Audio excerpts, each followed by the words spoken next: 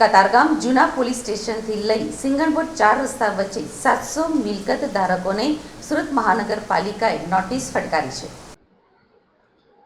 24 metre road ઉપર line દોરીના અમલ માટે આશરે 700થી વધુ મિલકતદારોને નોટિસ અપાતા સમગ્ર વિસ્તારના લોકોમાં ખળભળાટ મચી જવા પામ્યો છે।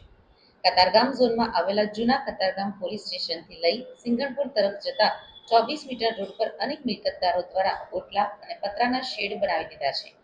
આ અંગે મનપાને ફરિયાદો પણ મળી હતી, જ્યારે સ્થાયી સમિતિની મીટિંગમાં કોર્પોરેટર ઘનશ્યામ સવાણી દ્વારા પણ આ અંગે રજૂઆતો કરવામાં આવી હતી। કતારગામ ઝોનમાં આવેલા આ વિસ્તારમાં વર્ષો પહેલા એક બાજુ ટીપી નંબર 49 નારાયણનગર તરફ લાઇન દોરીનો અમલ કરી દેવાયો હતો, જોકે બીજી બાજુ કેટલાક કારણોસર અત્યાર સુધી અમલ કરવામાં આવ્યો નથી, જેથી ટ્રાફિક જામની સમસ્યા સર્જાતી હતી। પાલિકા દ્વારા થોડાક દિવસ પહેલા જ 700થી વધુ મિલકતોને લાઇન દોરી મુજબના ડિમોલિશન માટે નોટિસ ફટકારવામાં આવી છે, જેના કારણે ત્યાંના સ્થાનિકોમાં ચિંતા છે।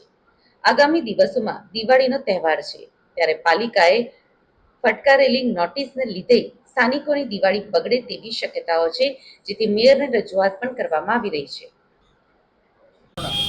મારું નામ શોભના લાક્ષીવાળા છે। હું 28 વર્ષથી રહું છું। જ્યારે લીધું ત્યારે બધા મેં ફ્લેટના ફાઇલ બધું તપાસેલું, કંઈ કપાટમાં નહીં હતું ને અત્યારે અથોરિયાથી નોટિસ આવી ત્યાં કે તો કપાટમાં છે। તો હવે મારી 4 જ ટાઈસ રહે છે, અમારે જવું કાં?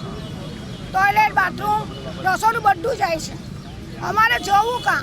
આપઘાત કરવાનો વિચાર આવી ગયો ને મારા વિસ્તાર પથારીમાં છે, મારા છોકરું છે, કંઈ નથી, 2 જણ છે, અમારે જવું કાં? તમે મને ફાયદો ઉઠાવો, કાં જાઉં? આવી રીતના થોડું એકદમ ને દિવાળી તમે દિવાળીમાં કહો છો, દિવાળી આવતા મહિને દિવાળી, તો અમે શું કરીએ? આપઘાત તમે હમું કરી નાખીએ? ટોયલેટ નહીં રહી, રૂમ નહીં રહી, રસોડું નહીં રહી, તમે રહીએ કાં?